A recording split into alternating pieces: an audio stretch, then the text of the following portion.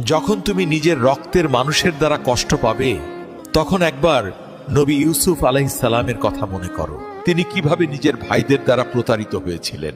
যখন তোমার নিজের বাবা মাই না বুঝেই তোমার বিরুদ্ধাচরণ করে, তখন নবী ইব্রাহিম আলাইহিস সালামের কথা মনে করো।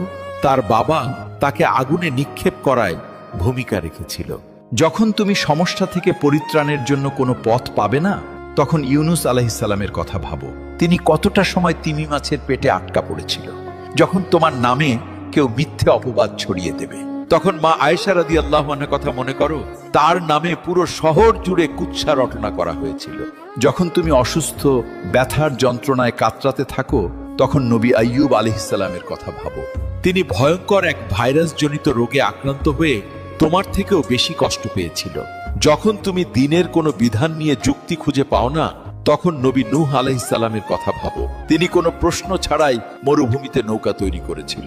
যখন তুমি আত্মীয় স্বজন, বন্ধু বান্ধবের কাছে হাসির পাত্রে পরিণত হও, তখন শেষ নবী হযরত মুহাম্মদ সাল্লাল্লাহু আলাইহি ওয়াসাল্লামের কথা ভাবো।